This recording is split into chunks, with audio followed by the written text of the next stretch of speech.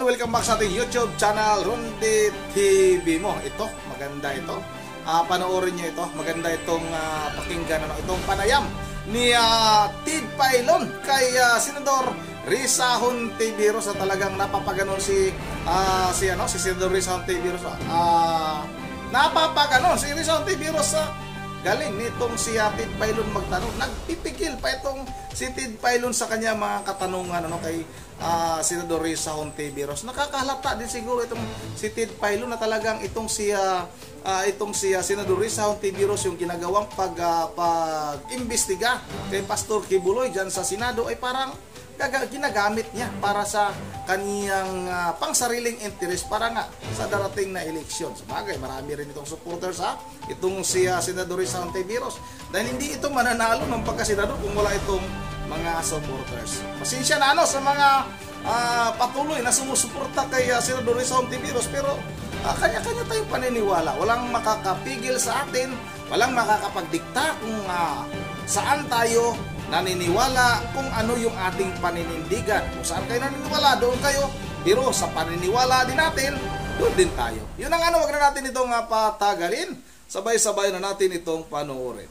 Ay nito pong para ho sa pangangalap ng pirma ni Senator Robin Hood Padilla para po kontrahin itong inyong naging motion ng pag-aaresto kay Pastor. Ano ho ang mangyayari today? Ngayon po ang pinaka-crucial na peche. Go ahead, ma'am. Mismo po. Well, Manong Ted, ito nga po, particularly mamayang tanghali, papatak na po yung ika-7 araw na sa ilalim ng Rules of the Senate sa pagkondukta ng investigasyon in aid of legislation. Ito po yung ika-7 araw na kailangang bigyang daan ng chair ng komite kapag tulad ng ginawa ko, sinight in contempt ang isang resource person na hindi nag-honor sa subpoena ng Senate, pero inobjektan ng ibang miyembro ng komite tulad ng nangyari nga 7 days ago. So, binigyan ko po sila ng 7 araw para makabuo ng majority of the members of the committee na mag-o-object. Kung mabubuo po nila yan, ma-overturn nila o kaya mababago nila, ma-alter yung aking ruling na sinasite si Pastor Kibuloy in contempt. As of yesterday po, Manong Ted, meron silang 4 na pumirma sa objection na yan. Kung naman hindi nila mabuo yung majority number, by the way, 8 po yun kasi ang aming pong Senate Committee on Women ay ang bilang ay 14, so majority dapat 8. Kung hindi po nila mabuo yung 8 yun, edi ibig sabihin, nagsastand yung pag-cite ko kay Pastor in contempt. Edi ipa-follow up ko na po kay Senate President na paarestuhin sila for the purpose of paapirin na sila sa wakas sa committee hearing namin. Opo. Ma'am, ano ho ba ang rules niyo sa Senado? Yun ho bang kung na-cite in contempt, automatically ho ba pwede na siyang issuean ng arrest order o kinakailangan pa ng panibagong hearing and formally you have to raise that motion? Kung walang nag-object po dun sa ruling citing him in contempt, pwede ko nang i-follow up kay SP, kay Senate President na pagulungin na yung proseso na paarestuhin siya. Kaya lang meron nga pong nag-object, kaya nagpadaan muna ako ng 1 linggo. Pero if by noon today, wala pa rin, yun na nga po, ihihilingin ko na kay SP na simulan na yung proseso ng pag-aaresto sa kanya. Opo. Ano ho bang balita niyo po kay SP Migs? Kanya din ba hong nabasa itong sinasabing 17 demand ni Pastor Kibuloy? At ano po ang inyong disposisyon dito? Well, na-shock. Honestly, Manong Ted, na-shock po ako kasi sabi ko nga, ngayon lang ako nakarinig na o nakaranas na may iimbitahin sa hearing o kaya may isasabina o eto nga, may nakaambang pag-cite in contempt at pag-aresto. Ngayon ko lang narinig na yung subject ng ganyang mga imbitasyon, sabina, citing in contempt, ang sagot ay, o sige, pupunta ako dyan sa hearing mo, pero ito may mga kondisyones pa. And not 1, not 2, not 3, but wait, there's more. 17 po. Kaya nasabi ko nga po, dinaig pa ni Pastor Kibuloy ang 10 utos ng Diyos. Actually, hindi ko sigurado, Manong Ted, kung nabalitaan na po ito ni SP Migs, Zubiri, pero binanggit ko na rin po sa media briefing ko kahapon sa Senate. So, posibleng nakarating na sa tenga ni SP Migs. Opo, yung nga po, no? So, sa gitna po ng umano'y demand na ito, aming muling kinokontak ang abogado ni Pastor, sa gitna umano ng demand na ito, and then ito pong decision nga kung ipa-aaresto, paano po ang disposition kaya dito ng Senado? Are you going to meet bilang buong Senado? Paano po ito para ho sa crucial decision kung maglalabas talaga ng arrest order? Po. Well, yung crucial decision po, Manong Ted, makiklinch dun sa, kumbaga, prejudicial question kung makakabuo ng majority members o 8 miyembro ng Senate Committee on Women ang mga mag-o-object or kung hindi. Kasi kung hindi sila makakabuo ng bilang na iyon, ibig sabihin, nagsastand dun pa lang sa level ng committee ko yung pag-cite in contempt. So, ako naman po bilang chair ng committee iyon, maipa-follow up ko la si SP tungkol sa pag-aaresto. Kung mabuo nila, di ibig sabihin, masa-set aside yung pag-cite ko in contempt. Pero, kahit yung ganyang worst case scenario ang mangyayari na as of yesterday, ni yung anino niyan sa horizon ay hindi pa masilip, kung mangyari pa yon within today, magpapatuloy pa rin naman yung pagdinig sa committee ko, Manong Ted, hanggang matapos po namin iyan at maisulat ang committee report. Opo, Madam Senator, maaari pong sabihin nyo na out of this world yung ilang pong mga demand, Pastor, pero yung pong ilan dito, kung mamarapatin po ninyo, sa pananaw po ng iba, may basihan kasi bakit naman daw po yung mga humaharap na testigo laban sa kanya ay hindi nagpapakilala dahil basic ko naman yon, di ho ba dapat yung nag-aakusa lumaalantad at nagpapakilala kung sino siya. Well, naging practice na rin po sa Senate, Manong Ted, na kung yung mga victim survivors ay nasa panganib, no? Halimbawa yung isang testigo namin, kinasing po yung karinderya ng kanyang pamilya 3 beses ng mga lalaking nakasakay sa motorsiklo to the point po na kinailangan niyang mag-relocate sa ibang lugar para lang makaramdam ulit ng kahit kaunting seguridad. Or yung iba po naming mga witnesses, katakot-takot na panghaharas online ang in-unleash sa kanila dahil pagkatapos po nilang magtestigo, ayan nga, binanatan po sila ni Pastor sa online at sa kanilang mga programa, ibinunyag yung kanilang mga pangalan, ipinakita, kumbaga hinubaran ng mukha, ipinakita yung mga mukha, inatake by name. Ayan, as in, daan-daan, libo-libo na sa mga taga-sunod niya ang kumbaga ng attack dito sa mga witnesses na ito.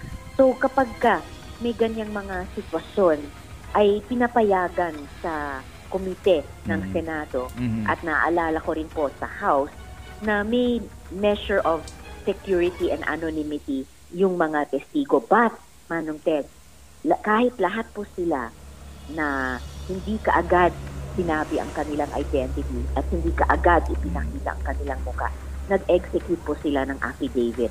Sworn affidavit po, legally accountable pa rin sila sa kanilang testimonya. At kung meron man silang sinabing hindi totoo, ay masisingil din sila ng ating batas.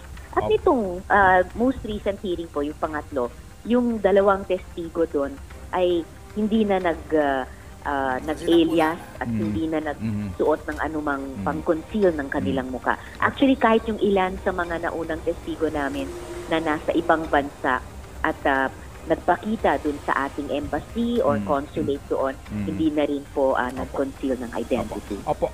Ma'am, ito hong mga testigo ninyo, ito rin ba yung mga testigo ngayon na haharap sa DOJ para po sa preliminary investigation? Same? Yan ang hindi ko sigurado 100% Manong Ted. I would guess na yung at least isang testigo namin, yung naghain ng kaso laban kay Pastor sa Davao dati pero na-dismiss yung kaso niya, kaya pinapilan niya, inakyat sa DOJ at inaksyon na ng DOJ, I would guess na siya ay posibleng maging testigo sa 2 kasong inihain na ng DOJ. At ito po yung mga kaso sa human trafficking at saka child abuse po. Opo. May isa pa pong kaso on appeal for rape na hindi pa po na-desisyon na ng DOJ. Ang sabi po ng ang kampo ni Ginoong Kibuloy na Opo. mas magandang forum dito yung criminal proceedings, hindi sa Senado. Kasi nga daw po nahusgahan na daw ho sila ng inyong komite pati sa resolution, and then ang sinasabi nila ano bang batas ang inyong gustong ipanukala sa gitna ng mga pagdinig na ito? Can you answer that, please?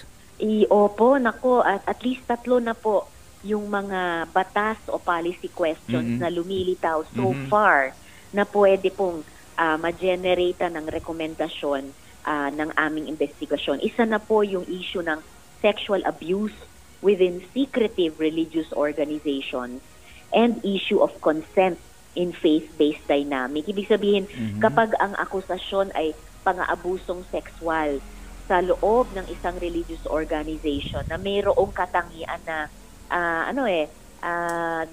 nagtatago or lihim no yung mga pangyayari sa loob, maitatanong kung yung sinasabing consent na ibinibigay, halimbawa yung pagsakripisyo ng sariling katawan sa leader dahil siya daw ay manifestasyon ng Diyos, yan ba ay katanggap-tanggap or yan ba ay dapat i-regulate ng batas?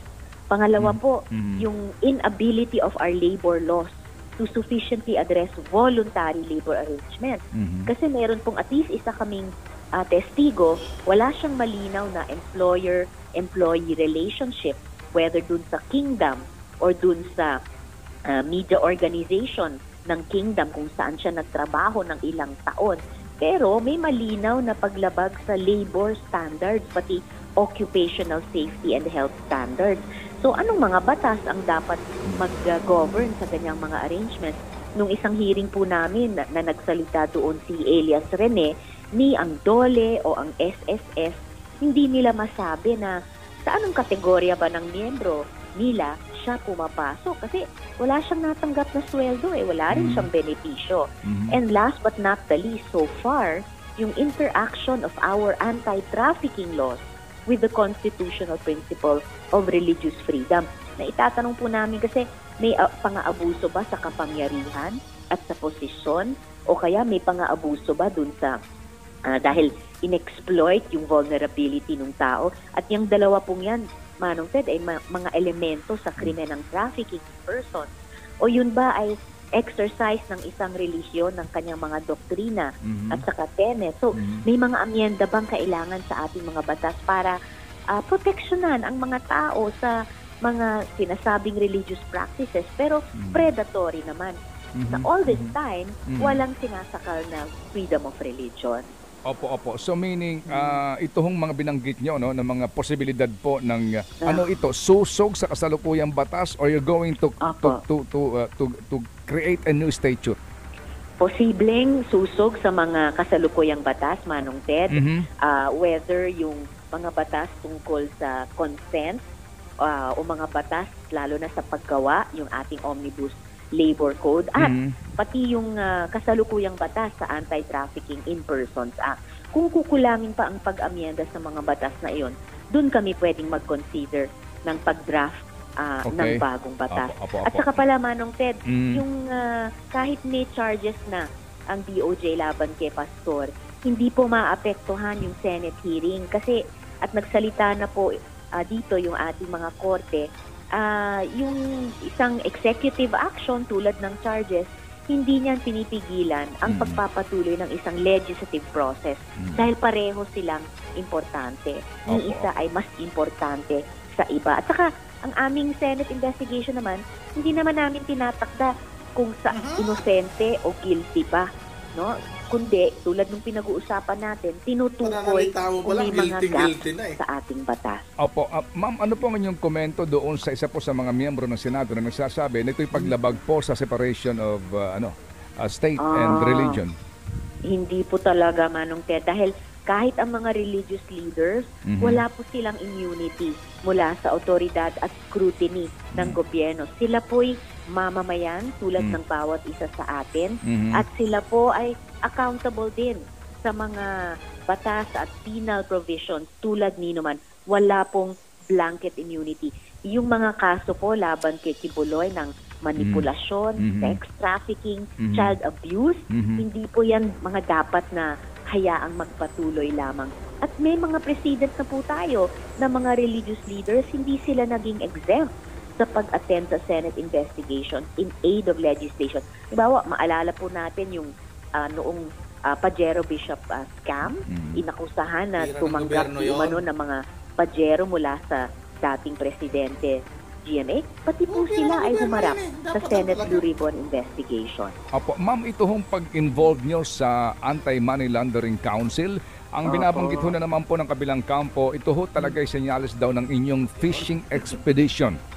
Ay, hindi po. Ito po ay tanda na ang komite ay nakikinig talaga sa mga testigo niya, lalo na yung mga victim survivors, para bigyang linaw, patotohanan o di kaya pasinungalingan yung resolution. Dahil meron po kaming isang testigo, si Miss Renita, nagpakilala siyang buong pangalan niya at nagpinakita yung buong mukha niya.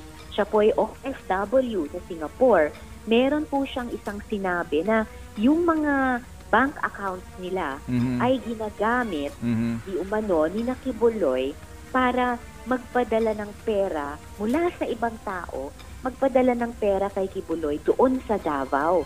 So, ginagamit ang mga accounts nila hindi para sa sarili nilang financial transactions, pero para sa iba. So, kumbaga mga peking, lumalabas para kay Miss Renita, mga fraudulent na transactions.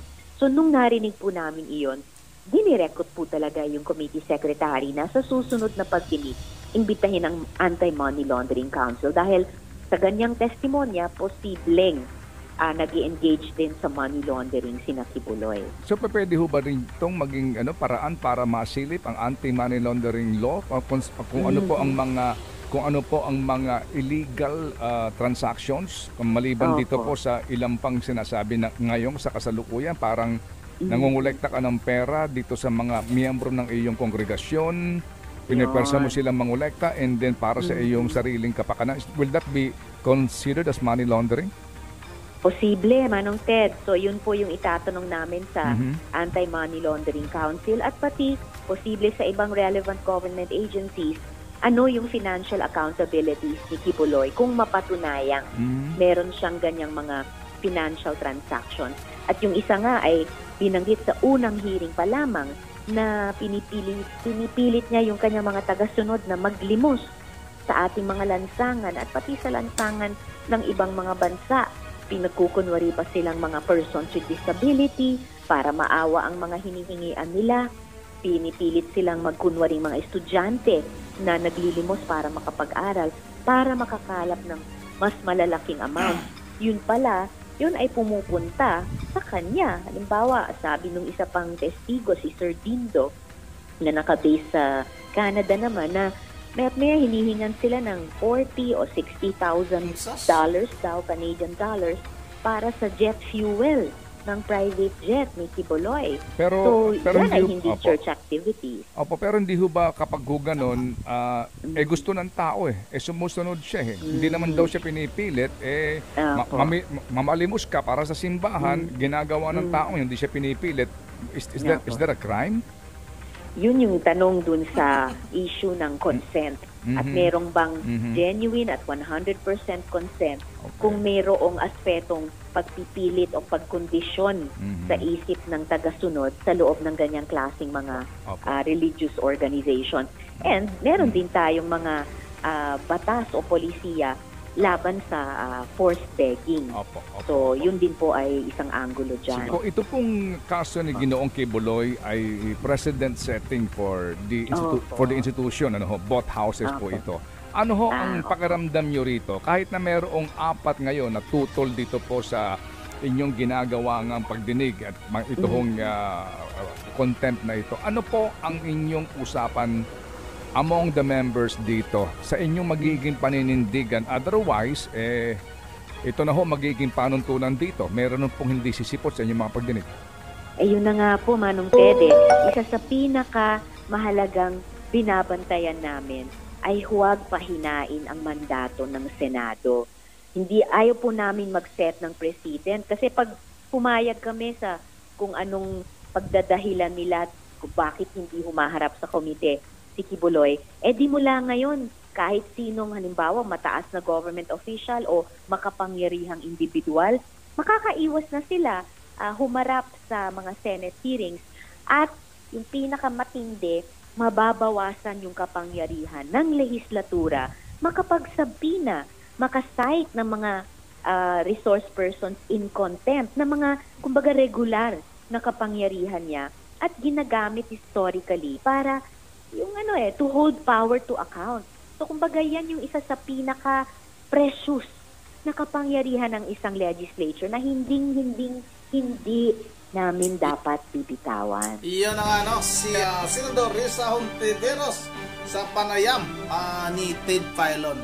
Yun ang kaya na rin yung bahalang humusga, pero sa tingin ko talagang hinuhusga na ni Senador Risa Hontiveros itong si Pastor Kibuloy. Kung may talagang pasihan naman, ay di pwede. Pero kung katulad lang ng mga dinadalang witness nitong si Senador Risa Hontiveros sa Senado na nagtatakip ng mukha, tapos nagsasabi na ginagamit yung kailang bank account. Ako pwede na naman ako magsalita ng ganun kung ano-ano yung ibibintang ko sa isang tao. Pero ang yung kung mayroon bang basihan, kung ilan o may katotohanan ba lahat ng ibinibintang o talagang itong mga witness ni Senador Risa Hontiveros ay anong klaseng mga tao ba ito? Dapat ilantad niya yung pagkatao ng mga witness niya para naman tayong mga manunungod sa kanila ay magtitiwala naman tayo at maniniwala. Hindi yung mga haka-haka lang, sinasabi ni ganito, gumagamit sila ng nanghingi si Pastor Kibuloy ng pang fuel ng kanyang jet, sinasabi ni ganito, maniniwala ka, pahingi ng resibo, patingin ng resibo para maniniwala tayo. Yun ang andito lang muna at kayo na lang yung balang humusga. At bago tayo magtatapos, pasensya na ulit sa mga galit kay Pastor Kibuloy, pero kanya-kanya na tayong paniniwala, wala tayong magagawa. Kung yan ang paniniwala ninyo, paniniwala ko, kanya-kanya tayong kinakampihan, basta sa tingin natin, doon yun ang tama para sa atin. Yun ang bago tayo magtatapos ulit, tayo mag-shout out tayo kay Ma'am Siti Saliha Baguan, Elisa Borby, kay Ma'am Joyce ng Japan, kay Ma'am Virgin Religious ng Pulilan, Bulacan, kay Ma'am Caroline Kawakami, kay Rosalie Malit ng Negros Oriental, at sa lahat na lang kay Trabahador Mix Vlog, pasensya na idol Trabahador Mix Vlog, shout out sa'yo, nakalimutan kita sa una kong reaction video, hindi kita na shout out. Shout out Trabahador Mix Vlog. Yun ang handito lang muna, at once again, this is Rundi TV, mo ingat ng lahat. God bless bawat isa sa atin.